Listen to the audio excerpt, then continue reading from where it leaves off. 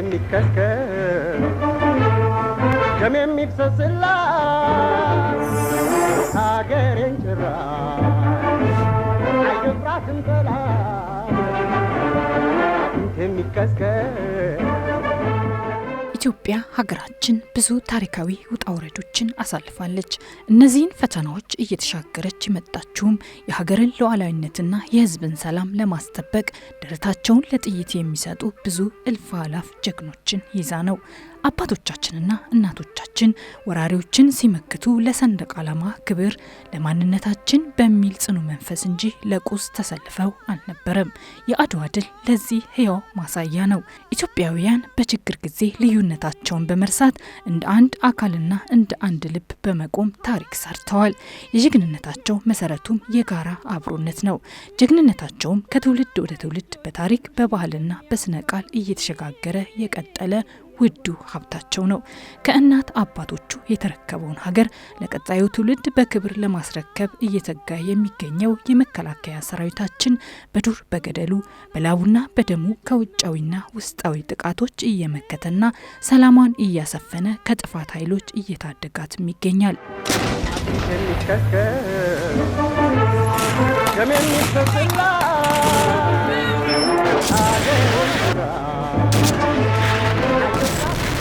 ሰራዊታችን በተሰማራበት አስቸጋሪ መልክዓ ምድርና የአየር ጸባይ ሳይበገር የተሰጠውን ሀገራዊ አደራ በብቃት እየተወጣ የሚገኝ የድል ሰራዊት ነው። ሰራዊታችን የሀገርን ሰላም ለማረጋገጥና ህገ መንግስታዊ ስርዓቱን ለማስከበር ሁልጊዜም በቁርጠኝነት አበክሮ ይሰራል። ተቋማችንም ሰራዊቱን ከዘመኑ ጋር እያዘመነ በስልጠና እያበቃ አዳዲስ ቴክኖሎጂዎችን እያስታጠቀ ለሀገር መከታና ደጀን የሆነ ጠንካራ ፕሮፌሽናልና ጀግና ህዝባዊ የጦር ሰራዊት እየገነባ ይገኛል።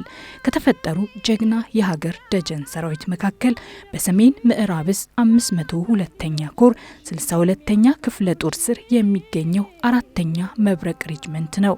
4ኛ ሬጅመንት በሰሜኑ የህግ ማስከበር ዘመቻና ከዚያም ባሻገር በተሰጠው የግዳጅ ቀጠና ሁሉ አኩሪ ገድል የፈጸመ የተቋማችን ጠንካራ ኃይል ነው።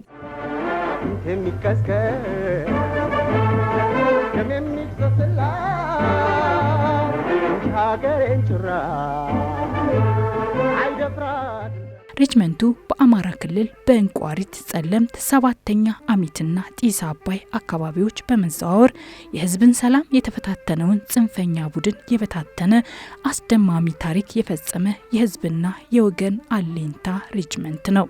ክፍሉ ብዙ ግዳጆችን እየፈጸመና ብዙ ታሪኮችን እየፈጸመ የመጣ ክፍል ነው።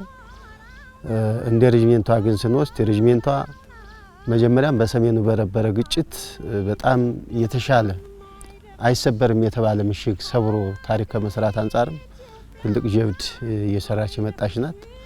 ከዚያ መልስ ተነጻጻሪ የሰላም ሁኔታ ከተቀበለ በኋላ ህወሓት ኃይል ወደ አማራ ክልል ነው ሬጅመንቷ እንደ ክፍለ ጦር ነው በአንድ ጊዜ የተነሳችው። እዚህ ቁራሪት እና ጠሊሙ አካባቢ ነው የነበረ ክፍሉ። ጎንደር በሙሉ ከተማው ጽንፈኛ ኃይል ተቆጣጥሮ ስለነበረ ይህን እንድታስተካክል እንደ ክፍል ተነስቷል። ክፍሉ ሲነሳ ቅድሚያ ግንባር የነበረች ሬጅመንት ናት።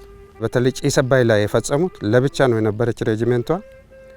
ለብቻ ጠላት 360 ዲግሪ ዙሪያውን ይዞ በአራቱ አቅጣጫ ዲሽካ ጠምዶባት ያን ጠላት ድምጥማጡን አጠፍቶ ጥሩ ገደል የሰሮች ሬጅመንት ናት።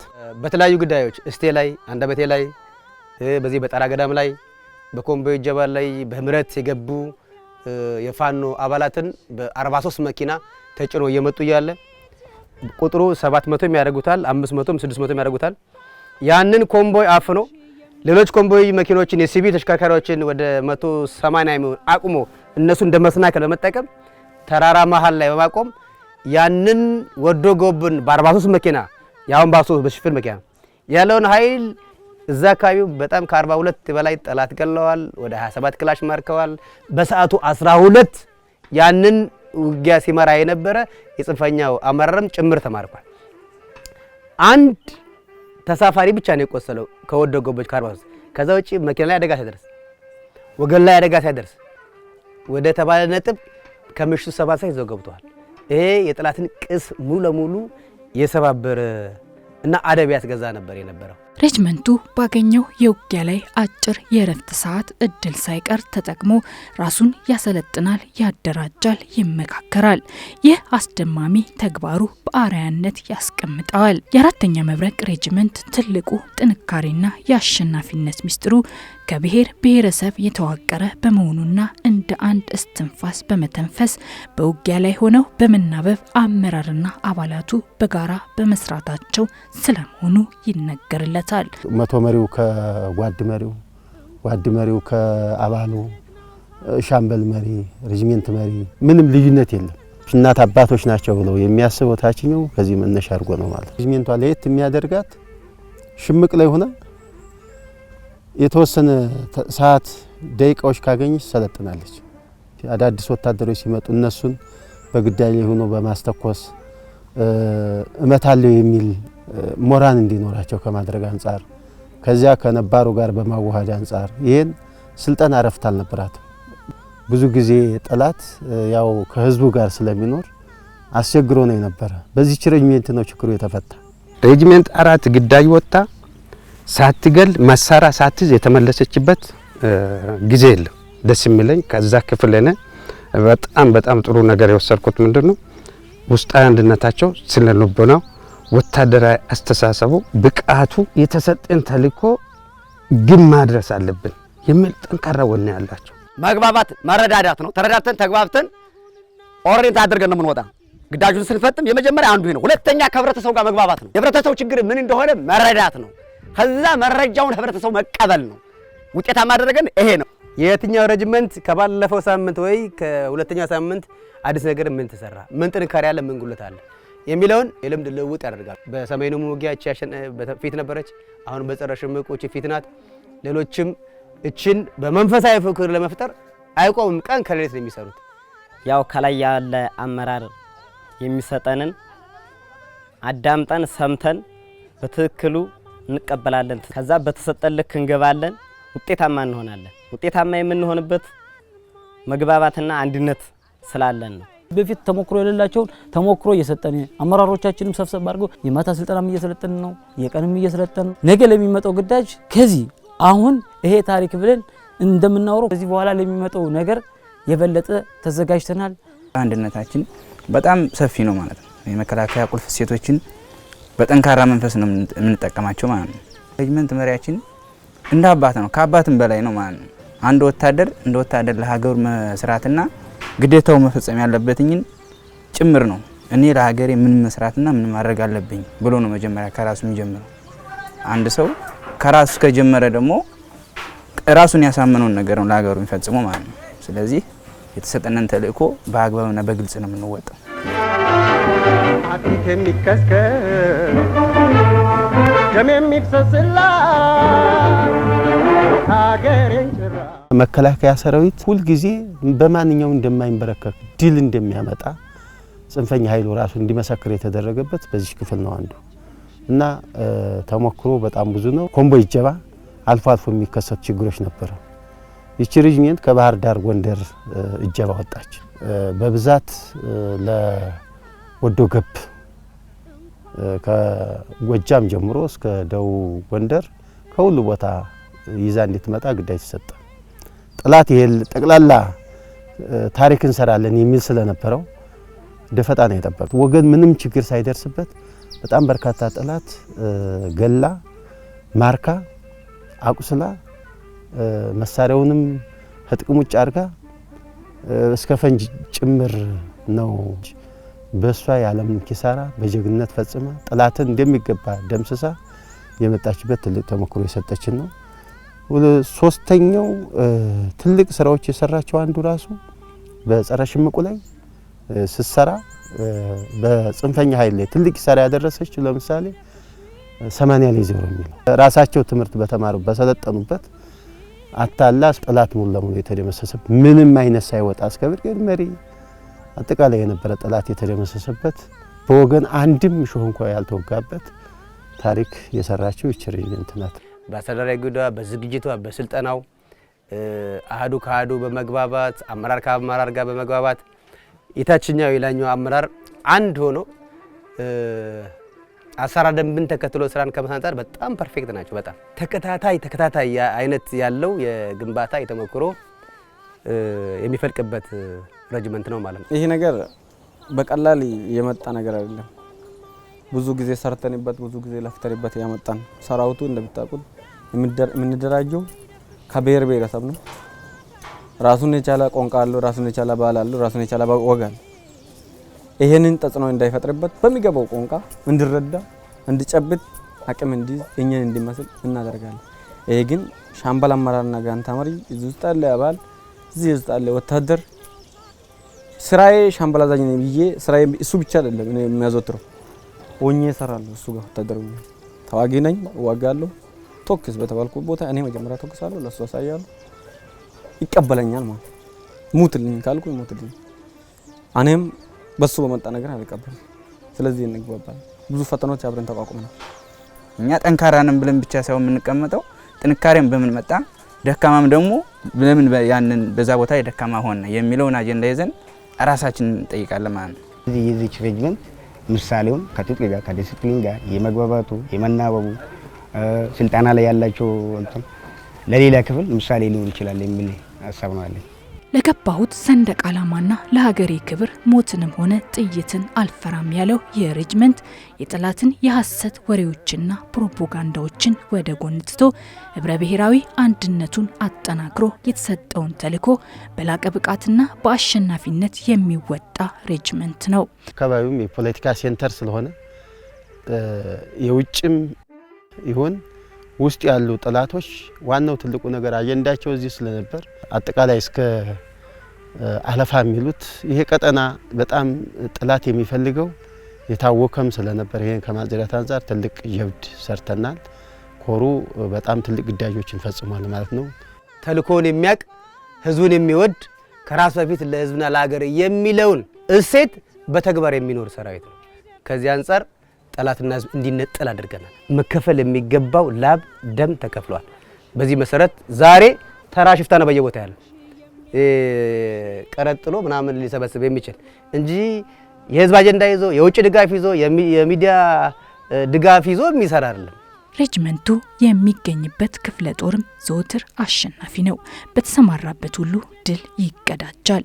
ረሃብ፣ ብርድ፣ ዝናብና ቁር ሳይበግረው ይልቁንም የራሱን ፈጠራ ተጠቅሞ የሚገጥሙትን የግዳጅ ቀጠና የአየር ጸባይ የሚቋቋም ተልዕኮውን በውጤት የሚያጠናቅቅ የድል ባለቤት ነው። አራተኛ ሬጅመንት ወገን የሚኮራበት ስለ ጀግንነቱም ታሪክ የመዘገበው ሬጅመንት ነው። በዚህ የጀብድ ተግባሩም በባህር ዳር በጢስ አባይ አካባቢ የተሰነዘረበትን ጸረ ሽምቅ ውጊያ ቀልብሶ በፈጸመው አኩሪ ገድል የወርቅ ዋንጫ ተሸላሚ ነበረ። የጽንፈኛው ቡድን ሰራዊቱን ከህዝብ ለመነጠል ብዙ ቢጥርም ሬጅመንቱ ለህዝብ ያለውን ተአማኒነት በማረጋገጥ የተነዙ የሐሰት ውዥንብሮችን በመቀልበስ ህዝቡ ከሰራዊታችን ጎን ሆኖ የጥፋት ኃይሉን በማጋለጥ አስደናቂ ተግባር በመፈጸም የኢትዮጵያ የቁርጥ ቀን ልጅ መሆኑን አስመስክሯል። ኮሩ በፈጸመው ግዳጅ በዚህ ደረጃ 3 የወርቅ ዋንጫዎችን የተሸለመ እንደ እዝ የኮር ነው። በየበረሃው በየመንደሩ ገብተን ጠላት እየደመሰስ ሚያዝ የሚማረክ እየማረክ ከመታን በኋላ ህዝቡ ወደኛ እንደሆነ አድርገናል። ከዚያ ህዝቡ ለጠላት ሳይሆን ለኛን ኢንፎርሜሽን የሚሰጠው ትክክለኛ ተልእኮውን የሚያቅ ህዝቡን የሚወድ ከራስ በፊት ለህዝብና ለሀገር የሚለውን እሴት በተግባር የሚኖር ሰራዊት ነው። ከዚህ አንፃር ጠላትና ህዝብ እንዲነጠል አድርገናል። የወርቅ ዋንጫ ተሸልመናል። በርካታ ሬጅመንት አዛዦች፣ መቶ አዛዦች፣ ሻምበል አዛዦች፣ ጓድ መሪዎች በማዕረግ ተሸልመዋል፣ በማቴሪያል ተሸልመዋል። ይህ ራሱ አንድ የግንባታ ውጤታችንን ከፍ እንዲያደርግ አድርጓል። ይህም ብቻ አይደለም፣ እኛ ከኛ በላይ ያሉ አመራሮች ትልቅ ክብር አለ። አጥንት የሚከስከስ ደም የሚፈስላት ሀገሬን ጭራ ለምሳሌ ከዝግጁነት አንፃር ብንወስድ ጸረ ሽምቅ ላይ ከነበሩ በኋላ ተመልሶ ወደዚህ ወደ እስራኤል ካምፕ ስንመጣ መጀመሪያ እዛ የነበራቸው የደረት ትጥቅ ነበራቸው። እዚህ ልክ እንደገባ ነው ወደ አሁኑ ምን አደረጉ? ይሄንን ከአየር ሁኔታ ጋር አይስማማንም ብሎ ራሳቸው ወሰኑ። ከዛ በኋላ ወዴት ቀየሩ? ወደ ወገብ ትጥቅ ቀየሩ። ስለ ልቦናችን ሙሉ ስለሆነ አንድነት ስላለን በሚሰጠን ግዳጅም ብቁ አንድነት ስላለን ካታ ጥላት ይዘን አንበርከን ይዘን አስገድደን ደንቢያን ነፃ ያወጣ ነው። በጉልበት አስገድደን ነው። አንድ የሆነ ቦታ ተኩሶብን የሆነ ጥላት ሳንይዝ ከመጣን የሆነ አይተን ከተተኮሰችበት ቦታ የሆነ ነገር ሳንይዝ ከመጣን እኛ ውስጣችን ራሱ ከገባን በኋላ ለምንስ እዛ ቦታ ላይ ተተኩሶ ለምን ማን ነበር የዛኔ እንትን ብሎ የነበረ ለምን አልያዘም? በመኪና መሄድ ነው በእግራችን ለምን አመለጠን የሚባል ነገር ነው አለ። ህብረተሰቡ የተረጋጋ ህይወት እንዲመራ የተረጋጋ ኑሮ እንዲኖር የተሻለች የበለጠገች ኢትዮጵያን ለመገንባት ከኛ ሰራዊት የሚጠበቅ ከውስጥም ከውጭም ያለን ጠረ ሰላም አጥድቶ ሰላም ማድረግ ነው። ስለዚህ ለዛ ደግሞ እኛ ተዘጋጅተናል ማለት ዝግጁ ላይ ነን። አሃዷ ጠንካራ የሆነች አሃድና በትጥቅም በስነ ልቦና በጣም ጠንካራ አቅም ያላት ሬጅመንት ነው። ያ ግዳጅ እንዳይደናቀፍ እኛም ይሄ ነገር ቅድሚያ ዝግጁ ሆነን ነው የምንጠብቀው ማለት ነው። ሰራዊታችን ከህዝብ አብራክ የተገኘ በመሆኑ ህዝቡ ራሱ የሰራዊቱ ጋሻ ሆኖለታል። ህዝብን የያዘ ሰራዊት መቼም አይሸነፍምና በግድ ታፍሶና ተታሎ ሰራዊታችንን እንዲወጋ የተላከው ኃይል ሳይቀር የሰራዊታችንን ዓላማ በመረዳት በሰላማዊ መንገድ እጁን ሰጥቶ ገብቷል። እጅ እንዲሰጥ የተደረገ ለምሳሌ ወደ 2700 ጥላት እጅ ሰጥቶ ታድሶ ማዕከል አልፎ ነው የወጣ። የተደመሰሰ ጥላት በጣም በርካታ ነው። በጣም በርካታ በቁጥር መግለጽ አያስፈልገውም። ቁስለኛም በዚህ ደረጃ ነው። ይሄ አመራር ጭምር ነው። ለህዝብ የሚሞት መሆኑ ለህዝብ የሚቆስል መሆኑ በሚገባ ህዝቡ ማምኖ እያነጠረ እያጋለጠ የሰጠው ህዝቡ ነው ራሱ። ሳንዋጋ በጥላት አያያዛችን ብቻ አፍርሰናል። ጥላት ምስራቅ ደንቢያ ምዕራብ ደንቢያ ጥይት ተኩሰን ብቻ ጥላታችን እናጠፋለን የሚል ሐሳብ ብቻ የለንም። ዙሪያ መለሰራ ነው መሰራ ህዝብ ጋር ባለን ግንኙነት እጃችን ላይ ወደቀውን ጥላት በመንከባከብ አስፈላጊውን አገልግሎት በመስጠትና በህጋዊ መንገድ ወደሚመለከተው በማስተላለፍ ህብረተሰቡ ይሄን እያየ ደጋፊያችን ነው። ሀገሬን ጭራ አይደፍራትም ጠላት የሚቀስቀስ አቅመ ደካሞችን አዛውንቶችን የቤታቸው የፈረሰ በጤና እክል ችግር ያለባቸውን ሰራዊቱ የተለያየ መዋጮ አውጥቶ ከቀለቡ ቀንሶ የሰራናቸው የፈረሱ ቤት ሰርተናል። ትምህርት ቤት ምናስተምራቸው ልጆች ነበሩ። ገንዘብ እና ቀለብ ገዝተን የሰጠናቸው ሽማግሌዎች አዛውንቶች አሉ። ስለዚህ ይሄን ሁሉ ህብረተሰቡ ያውቃል። በአማራ ስም እየሸቀለ የወያኔን ተልኮና የግብጥን ተልኮ ኤርትራን ተልኮ ይዞ ሲቀሳቀስ የነበረ የተለያየ ስሞችን እየተጠቀመ ሲቀሰቅሰውና ሲያምሰው የነበረን ጥንፈኛ ሙሉ አካባቢውን አጥፍተን አካባቢውን ተዋግተን ነጣ አውጥተናል ማለት ነው። እና ስለዚህ ህብረተሰቡ ለሰራዊቱ ምርጥ ድጋፍ ነው ያደረገልን ማለት። ስለዚህ አሁንም ተግባብተን ተስማምተን ያለውን ነገር በጋራ ነው እየሰራን ያለን። እኛም በዛው ልክ የታመመን ህብረተሰብ ችግር የደረሰበት ህብረተሰብ እናክማለን። ለምሳሌ አካባቢ እንደምታውቁት ወባ አለ፣ የተለያየ በሽታዎች አሉ። እነዚህን ከዚህ ከሰራዊቱ እያመጣን ነው የምናክመው ማለት ነው። እዚህ አንጣር ሰራዊቱ ለካ የኛ ነው ሲወራ የነበረው ወሬ ውሸት ነው ለካ ብሎ ህብረተሰቡ አሁን ወደዛ ደረጃ ላይ ደርሶ ተግባብተን በጋራ መስራበት ሁኔታ ነው ያለ ማለት ፈልግ። አራተኛ ሬጅመንት የጀግንነት ገድል በሚያደርገው የጠላት አሰሳ ውሻ ሳይጮህ ድምጽን አጥፍቶ የጠላት አናት ላይ በመከመር በርካታ የጽንፈኛውን ቡድን የደመሰሰና ትጥቁንም የማረከ ጀግና ሬጅመንት ነው። ሰራዊታችን ብዙ ውጊያዎችን ያስተናገደ አስተማማኝ የውጊያ ልምድ ያለው ነው። ወንጀል ሰርቶ ጫካ ለገባ ባንዳ ዘራፊ ቡድንም መቼም ተንበርክኮ አያውቅም። ጽንፈኛው የስልጣን ጥማቱ ልቡ እንዳያስተውል አድርጎታል። ራሱን ከአማራ ህዝብ ጋር በማጣመር የአማራ ነፃ አውጪ ነኝ እያለ ራሱን ይጠራል። በሌላ በኩል ደግሞ ተማሪው እንዳይማር፣ ነጋዴው እንዳይሰራና ገበሬው እንዳያርስ አድርጎታል። ህጻናትን አረጋውያንን ሳይቀር ከቤት ንብረታቸው አፈናቅሏል። አፍኖ ብር ይጠይቃል፣ ያሰቃያል፣ ይገድላል። ጽንፈኛው ከዚህ አልፎም የአማራ ህዝብ ዝናብ እንጂ ጥይት አይፈራም በማለት የማይገናኙ የሞኝ አባባልንና የሐሰት ትርክቶችን የያዘና በቅዠት የሚኖር የተስፋ ቢስ ቡድን ነው። ጨቅላ ሐሳቡንና አጀንዳ አልባ ተግባሩን ይዞ ህዝባዊ መገልገያ ቦታዎችን በመጠቀም ጥቃት ለመሰንዘር ቢሞክርም ሰራዊታችን የገባበት ገብቶ ነጥሎ በመምታት አይቀጡ ቅጣት እየቀጣው ይገኛል። ጀግንነት እንደሆነ የአባቶቻችን ነው። መምታት የኛ ነው ይህ የጥፋት ኃይል የሀገራችንን ሀብት ዓለም የሚደመምበት የማንነታችን ታሪኮችንና ቅርሶችን ሳይቀር የጦር መሳሪያ ማከማቻና መደበቂያ ምሽግ አድርጎታል። የዚህን የባዳ ተላላኪ ባንዳ ተግባር የተረዳው ሰራዊታችን ግን የሀገራችንን ታሪክና ቅርስ በመጠበቅ ከጽንፈኛው ወጥመድ በማላቀቅ ነጥሎ በመምታት አኩሪ ገድል ማስመዝገቡን ቀጥሏል። ጥቅምት 24 ምሽት ከጀርባው በተኛበት ያለ መሳሪያ ተወክቶ በአጭር ጊዜ ራሱን አደራጅቶ አገርን ከብተና የታደገው ጀግናው ሰራዊታችን ጀግንነትን ከአባቶቹ የወረሰ በመሆኑ ባንዳና ባዳ ምን ቢያሴሩ ኢትዮጵያን ማሸነፍ እንደማይቻል በተግባር አሳይቷል። ጠላት ደግሞ ዋነኝነት ቅርሱ አካባቢ ዙሪያ ነው የነበረና እሱ በከባድ መሳሪያ ከተመታ ሌላ ችግር ሌላ ኪሳራም ስለሚሆን ይህ እንዳይሆን ምንድነው ያደረገችው ሬጂሜንቷ የተወሰኑ ሰዎች አውጣጣ መርጣ ለሊት ተስበው ገብተው በክላሽ ብቻ ጠላት እንዲለቅ ምንም አይነት መሳሪያ እንዳንተኩስ የሰራችው ምች ሬጂሜንት ናት። ስለዚህ ከዛ ቀጥሎ እሱ የተሻለ ተነጻጻሪ ከተስተካከለ በኋላ ባህር ዳር ዙሪያ ተመሳሳይ የክልሉን ከተማ የጽንፈኛ ኃይል ዙሪያውን ከቦ ለመያዝ ዛይ ክልሉን ምክር ቤትም የክልሉን አመራሮችም ለመጨፍጨፍ የነበረው ተነሳሽነት ስለነበር እሱን ለማስወገድ ከጎንደር እንግዲህ 180 ኪሎ ሜትር ነው ያለምን መኪና በእግር ለሊት ቀን መንገድ ለመንገድ ግጭት እየገጠመች የተገኘውንም እየመታች የክፍለ ጦር አካል በመሆን ፊት ቅርመ ግንባር በመሆን እስከ ባህር ዳር ድረስ ገቡ። ባህር ዳር የነበረ ችግሮችን አስወግደው እዛ አካባቢ በጣም ትልቅ ጀብድ ትልቅ ግዳጅ የፈጸመች ክፍል ናት ማለት ነው። ትልቅ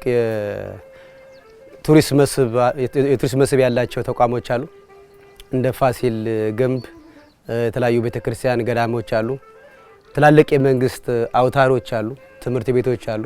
እነኚህ ላይ አደጋ ሳይደርስ የጽንፈኛው ፋኖ እነኚህን እንደ ምሽግ እንደ መጠለያ እንደ መሰናከል ተጠቅሞ ነበር ተኩስ ሲያደርግ የነበረው።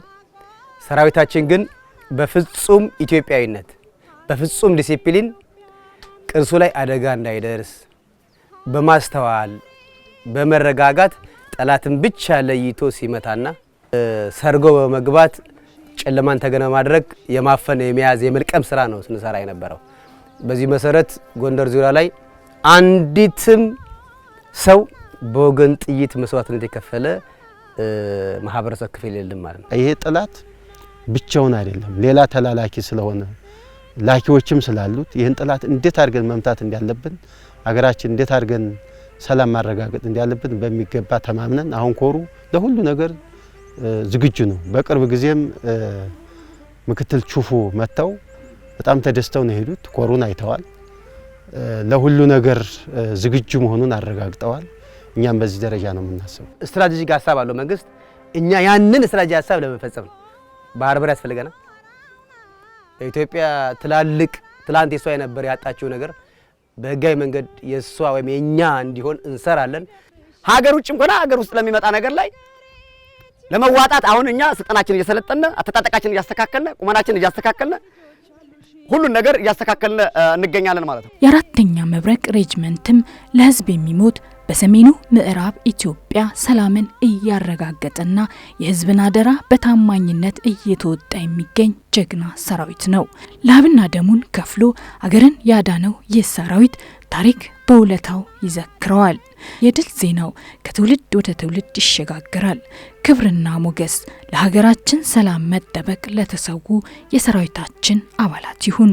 ተመልካቾቻችን በሰሜን ምዕራብ ስር ከሚገኙ ሬጅመንቶች መካከል በአንዱ የሰራዊታችን ክፍል የተመዘገቡ ገድሎችን በጥቂቱ የቃኘንበትን ፕሮግራም በዚሁ ፈጸምን።